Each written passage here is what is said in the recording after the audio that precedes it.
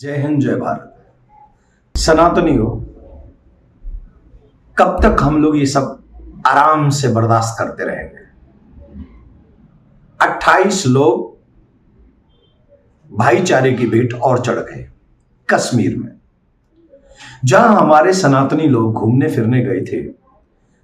एक तो वो परिवार था जिसकी शादी सिर्फ 6 या 10 दिन पहले हुई और उस बच्चे की उम्र 25 साल थी, उसको मार दिया गया।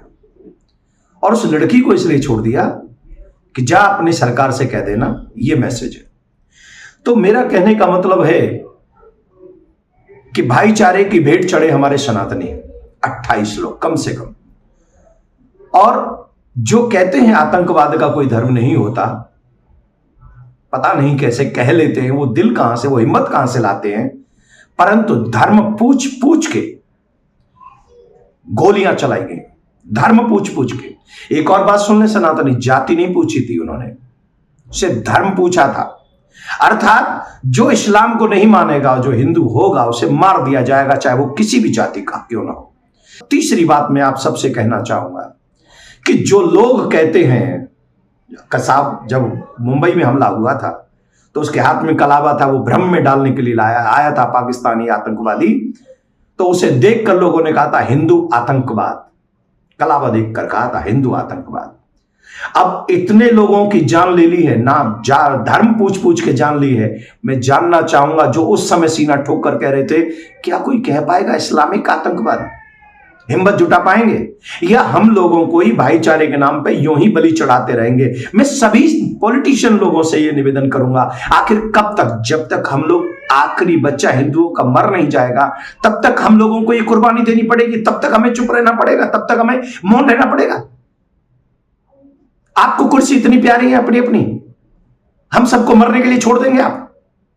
कौन भरेगा उस बच्ची का दुख जिसकी 6-7 दिन पहले शादी हुई, उसका सुहाग उजड़ गया? हम लोग इसलिए मौन बैठे हैं ना क्योंकि हमारे घर में से कोई नहीं गया। अगर हमारे घर में से जाता तो हमारा भी खून खौल रहा होता।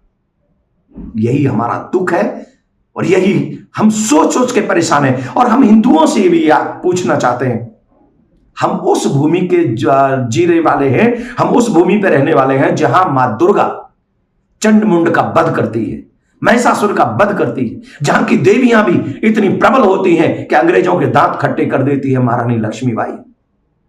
हमारे यहां भगवान श्री राम का अवतार होता है दुष्टों का दमन करने के लिए, और हम लोग सिर्फ और सिर्फ बैठते रहे और न्यूज पढ़ते रहे और फेसबुक पर, यूट्यूब पे हम लोग सिर्फ ये मैसेज देते रहे?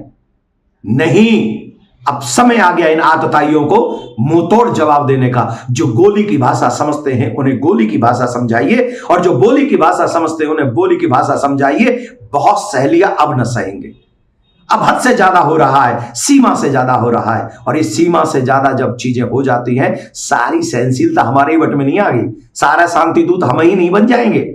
ये निभाना होगा। और मैं फिर कह रहा हूं, एक बार इस आतंकवाद को मुंहतोड़ जवाब देना होगा। और भारतीय सरकार से मैं निवेदन करना चाहूंगा, अभी नहीं तो कभी नहीं, पाकिस्तान को वो मुंहतोड़ जवाब दीजिए कि पाकिस्तान का नामो निशान इस विश्व के नक्शे से मिट जाए।